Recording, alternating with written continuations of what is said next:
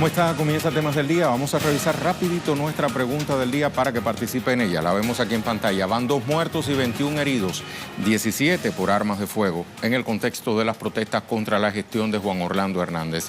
Anoche hubo tomas de calles, saqueos de negocios, quemas de inmuebles en Tegucigalpa. Policía Nacional se suma al paro. ¿Todo bien en Honduras? Pregunto. Participe.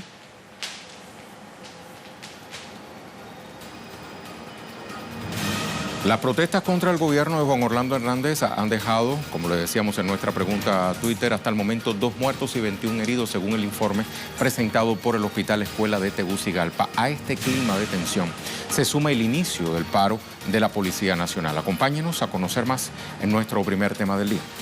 Según un comunicado emitido por el Hospital Escuela Universitario, uno de los que perdieron la vida, Luis Enrique Maldonado, de 29 años, sufrió un trauma cráneoencefálico debido al impacto de un proyectil.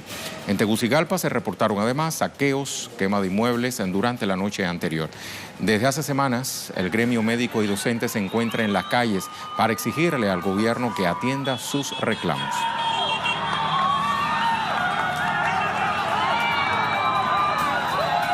Por vía telefónica nos actualiza nuestra corresponsal en Tegucigalpa, Hilda Silvestrucci. ¿Cómo estás, Hilda? ¿Cómo se comporta la situación en este minuto?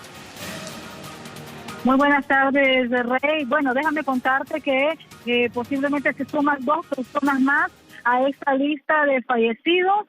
Producto de la represión de la policía militar. Estas 2 personas serían por confirmar ya en el interior del país, según lo han denunciado las organizaciones defensoras de derechos humanos.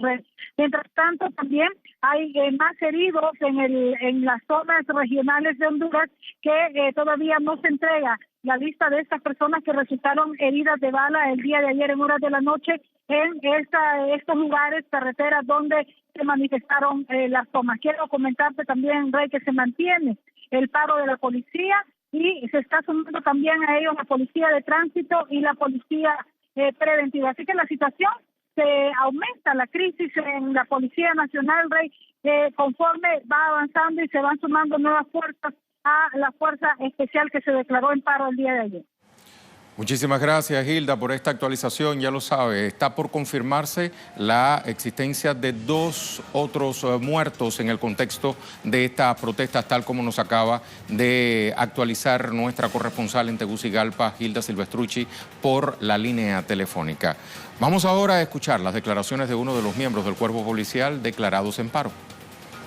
Exigimos se revise los elevados pagos de intereses de los préstamos personales a la institución de previsión militar.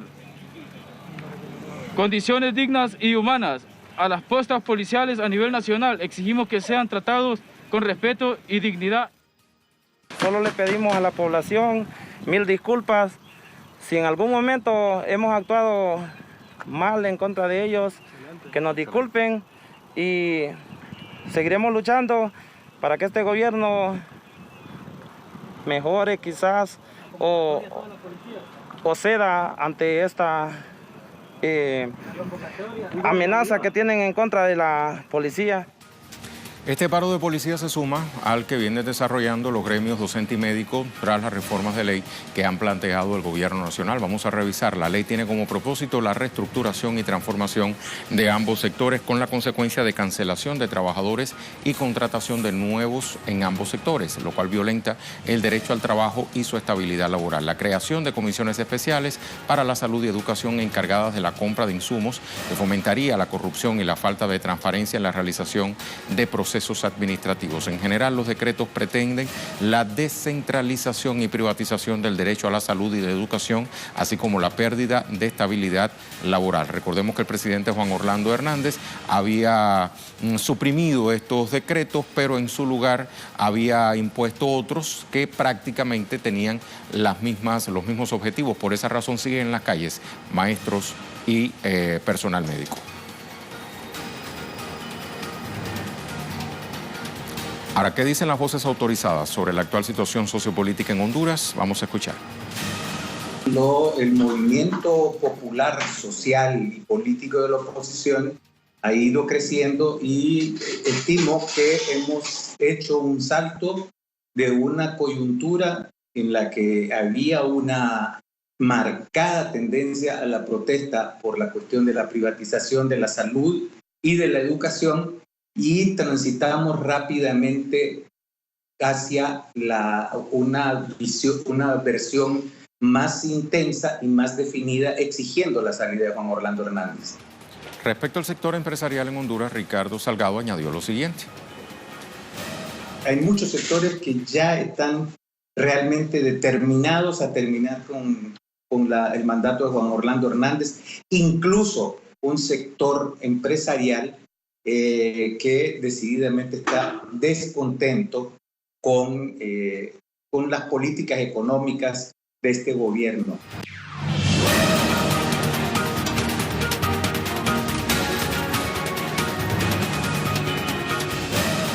Ahí está la pregunta del día entonces. Van 2 muertos. Gilda nos acaba de decir que podrían sumarse 2 más y 21 heridos, 17 por armas de fuego en el contexto de las protestas contra la gestión de Juan Orlando Hernández. Anoche hubo tomas de calles, saqueos de negocios, quemas de inmuebles en Tegucigalpa. La Policía Nacional se suma al paro. ¿Todo bien en Honduras? Es la pregunta. Participe.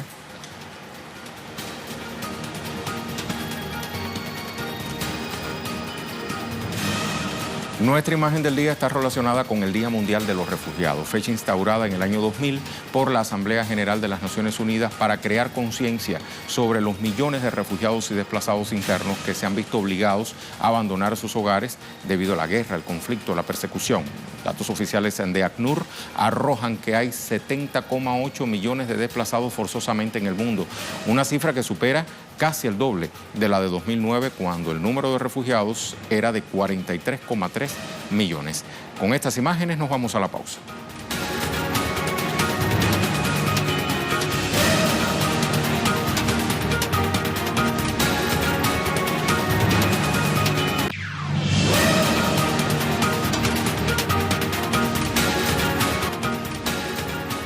La alta comisionada de la ONU para los Derechos Humanos, Michelle Bachelet, continúa de visita en Venezuela. Durante esta jornada, la funcionaria ha sostenido reuniones con autoridades venezolanas con el fin de revisar la situación que atraviesa el país, así como el impacto del bloqueo económico, comercial y financiero que ha recrudecido el gobierno de Estados Unidos. Le vamos a ampliar en nuestro segundo tema del día. Acompáñenos.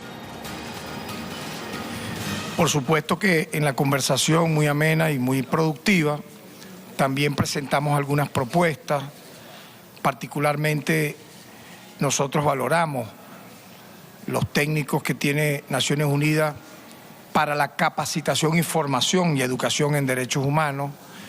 Hicimos esa propuesta de poder trabajar conjuntamente en esta materia, pero al mismo tiempo quisimos informar, rendir, repito, balance con resultados, con cifras de cómo el Estado venezolano, a través del Ministerio Público, que es el titular de la acción penal, sanciona, investiga, persigue y finalmente condena a violadores de derechos humanos.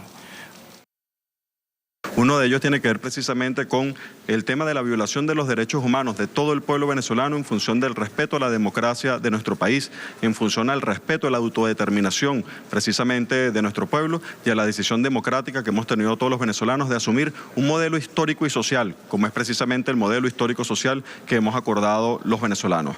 El ataque a Venezuela ha sido un ataque sistemático, así se lo hemos informado a la alta comisionada, ha sido un ataque sistemático desde el punto de vista del imperialismo norteamericano, ha sido un ataque contra toda la economía nacional y este ataque se ha visto afectado precisamente en función de los niveles de ingreso de la República y todo lo que es precisamente el desarrollo de procesos económicos en nuestro país.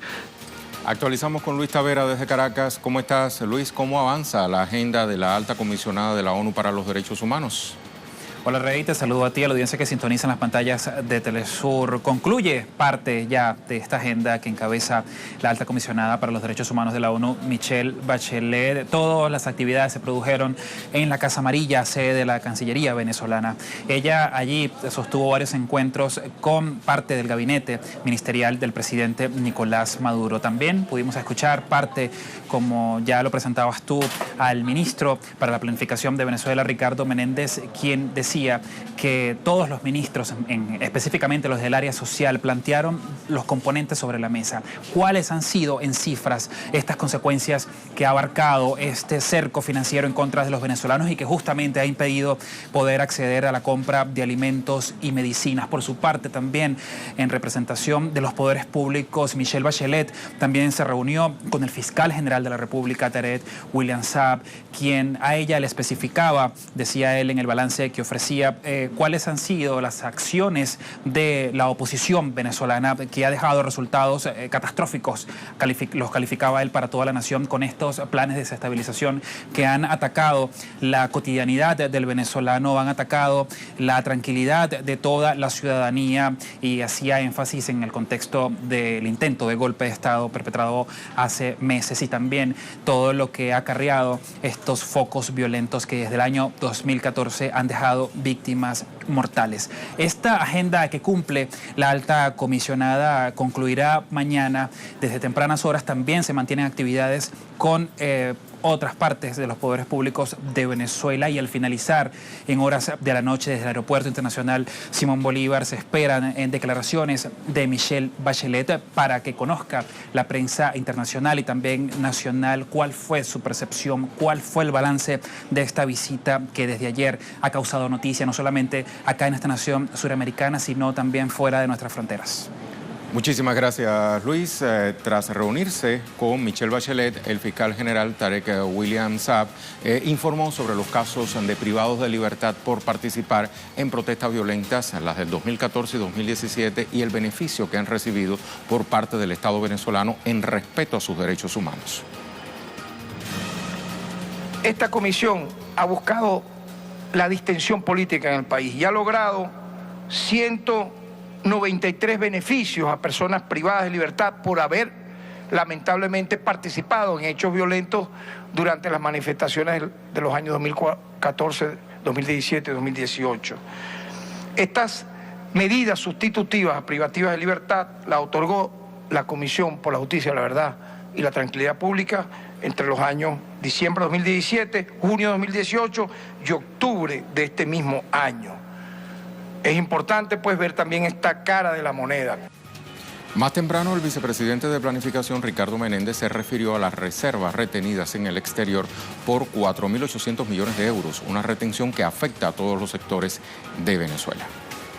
La posibilidad de que se pueda interferir en función de los derechos humanos de nuestro país, en función precisamente del derecho soberano que tenemos todas y todos los venezolanos, para que esos recursos que están bloqueados en las cuentas internacionales vengan para la medicina, vengan para los alimentos, vengan para cada una de las necesidades sociales que tenemos las y los venezolanos. Y fundamentalmente asumir que el modelo vinculado al tema de los derechos humanos asume precisamente el respeto a la soberanía, el derecho a la autodeterminación como un elemento fundamental desde el punto de vista de la arquitectura de un sistema multilateral, de un sistema distinto a nivel de todo el planeta. Le invito a repasar entonces cuánto se han reducido los ingresos ante el constante ataque sistemático contra la economía venezolana. Según datos ofrecidos por el propio vicepresidente de Planificación, Ricardo Menéndez, en 2013 los ingresos rondaban los 42.600 millones de dólares. En 2018 se reportaron 4.000 millones de dólares, o sea, se redujeron 9 veces los ingresos durante ese periodo, lo que representa una pérdida del 944%. En euros, las pérdidas sufridas han sido por 116.000 millones.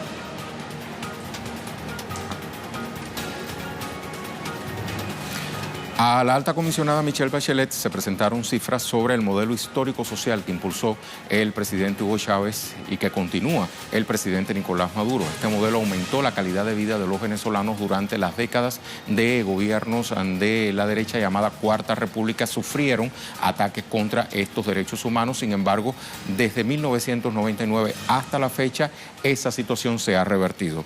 La tasa de crecimiento en construcción de vivienda aumentó 1.628%.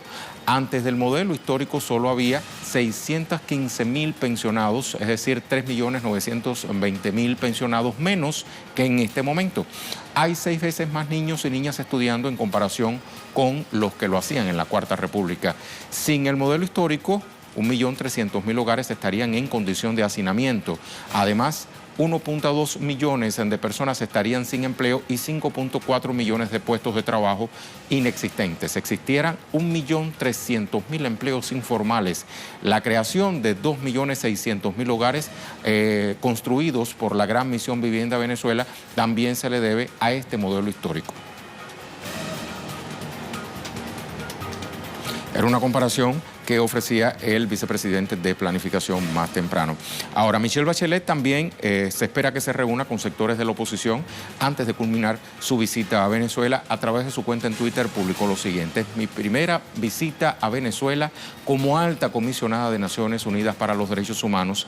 Espero escuchar todas las voces y trabajar con todos los actores para promover y proteger todos los derechos humanos de todos los venezolanos. Haré una declaración el viernes, como también decía nuestro corresponsal Luis Tavera.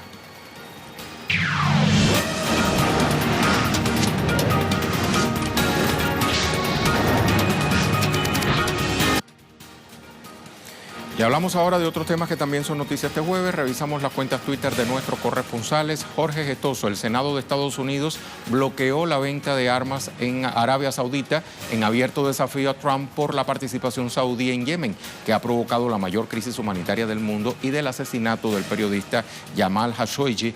Más detalles en temas del día. Vamos a escuchar a Jorge.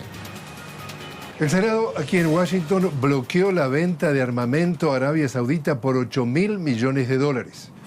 Y aunque la resolución puede ser vetada por el presidente Donald Trump, representa un abierto desafío a las políticas de la Casa Blanca en relación a Arabia Saudita, considerado uno de los mayores aliados de los Estados Unidos en la región del Medio Oriente. La oposición a la venta de armas ocurre en el contexto de la participación de Arabia Saudita en la guerra de Yemen, que ha provocado la mayor crisis humanitaria del mundo, y sobre la investigación de la ONU que responsabiliza al príncipe saudí por el asesinato y el desmembramiento deliberado y premeditado en el consulado de Arabia Saudita en Estambul del periodista del Washington Post, Jamal Khashoggi. Muchas gracias a Jorge por este reporte en Twitter. Avanzamos. Vamos a ver ahora lo que nos reporta André Vieira. La Suprema Corte de Brasil debatirá el próximo día 25 el habeas corpus de la defensa de Lula, que denuncia la acción parcial del ex juez Sérgio Moro en la foto. Entre tanto, medios apuntan una articulación para postergar el juicio para agosto. Vamos con más.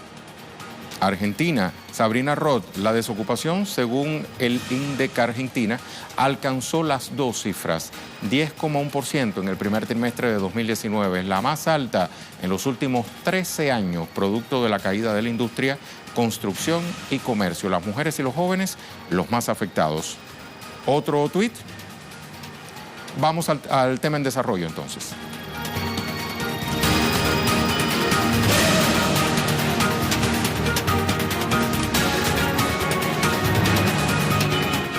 Nuestro tema en desarrollo se genera en Uruguay. El Instituto de Meteorología anunció alerta amarilla por las lluvias que han azotado a esa nación suramericana. Datos del Sistema Nacional de Emergencia arrojaron que 5.400 personas se reportan como damnificadas. Los pormenores en el reporte de nuestro corresponsal Mateo Grille. Te saludo, Mateo. ¿Cómo se comporta la situación? Más de 8.500 personas se mantienen en estos momentos desplazadas después de una semana de intensas lluvias que han provocado importantes inundaciones en el Uruguay, en algunos casos inundaciones que hacía décadas que no se veían, por ejemplo, como las sufridas en el departamento de Florida y parte del departamento de Canelones. 8.500 personas entonces desplazadas, decíamos, más de 8.000 clientes de la empresa de electricidad estatal uruguaya, la UTE, que no tienen en estos momentos luz, lo tienen interrumpido el servicio eléctrico, y es probable que en las próximas horas se agrave la situación con respecto a los desplazados, porque se espera que los ríos que se están desbordando continúen haciéndolo como hasta ahora. Las distintas labores de los sistemas del Estado uruguayo, tanto de los ministerios de Defensa como del Ministerio de Desarrollo y de las intendencias locales para asistir a las familias desplazadas, están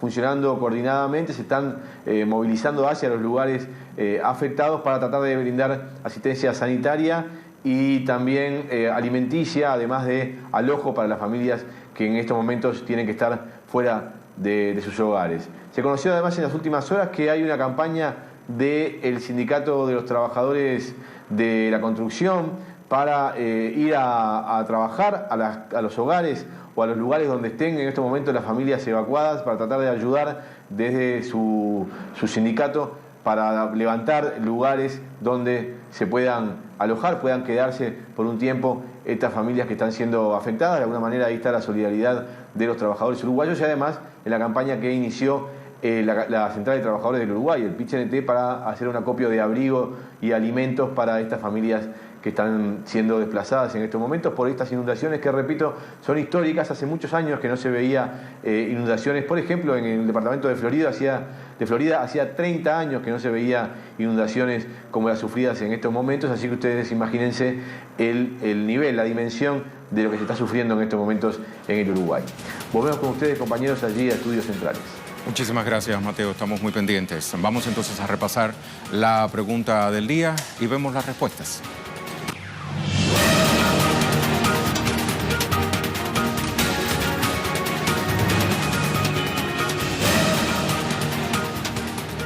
Esta es la pregunta, bandos muertos. Reitero, nuestra compañera Gilda Silvestrucci nos actualizaba que podría sumarse a esta lista 2 más y 21 heridos, 17 por armas de fuego. En el contexto de las protestas contra la gestión de Juan Orlando Hernández, anoche hubo tomas de calles, saqueos de negocios, quemas de inmuebles en Tegucigalpa. La Policía Nacional se suma al paro. ¿Todo bien en Honduras? Era la pregunta. Vamos a ver qué nos responden. Primera respuesta. Invisible, dice, en Honduras va a haber una revolución. Cita palabras de Fidel Castro Ruz. Vive, dice este usuario en Twitter. Muchísimas gracias por participar. Miguel Bolaño, todo bien, pero bien mal. Nada bueno puede esperar el pueblo hondureño de un gobierno ilegítimo y lacayo del imperio que gobierna en beneficio de los más poderosos mientras explota y reprime a los más pobres. Gracias también a Miguel por participar. Lo dejamos con el video web del día, producciones audiovisuales que puede conseguir compiladas en la cuenta en Facebook de Telesur. Hoy le presentamos una nueva exposición cultural de surf en el Museo de Aquitania. Esto es en Burdeos, Francia. Con estas imágenes despedimos por hoy.